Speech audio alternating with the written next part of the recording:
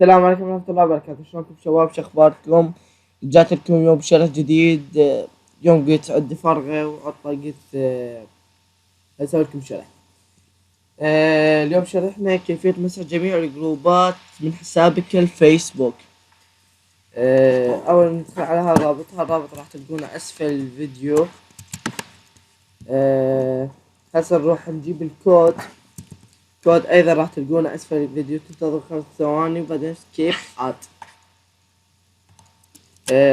تعطونا كنترول اي بعدين كوبي او نسخ.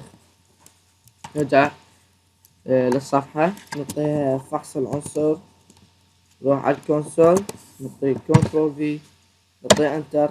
هنا راح يطلب من عندك اسم، ما راح تكتب اسمك او اي شي، لازم اسم محدد. عندي انا هذا الاسم، تاخذونه اسم الملف تقدرون تحملونه.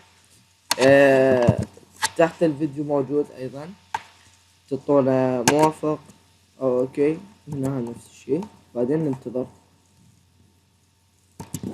راح يبدأ هسه بمسح جميع الجروبات من حسابك الفيسبوك. ما تشوفون بدأ يمسح جميع الجروبات.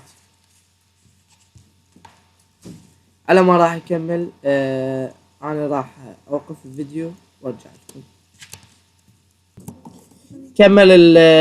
كملت الخروج من جميع الجروبات. نعطي هسه ريفرش للفريش بيج. ما تشوفون طلع من جميع الجروبات الا هذا الجروب اللي هو اني ادمن بيه. لهنا ينتهي الشرح مالتنا. جميع الروابط موجودة اسفل الفيديو. اي سؤال، اي برنامج، اي موقع تريدون شرح، بس راسلوني على حساب الفيسبوك او كومنت على اليوتيوب. لا تنسون تعليقاتكم، كومنتس واللايكس والسبسكرايب اكيد.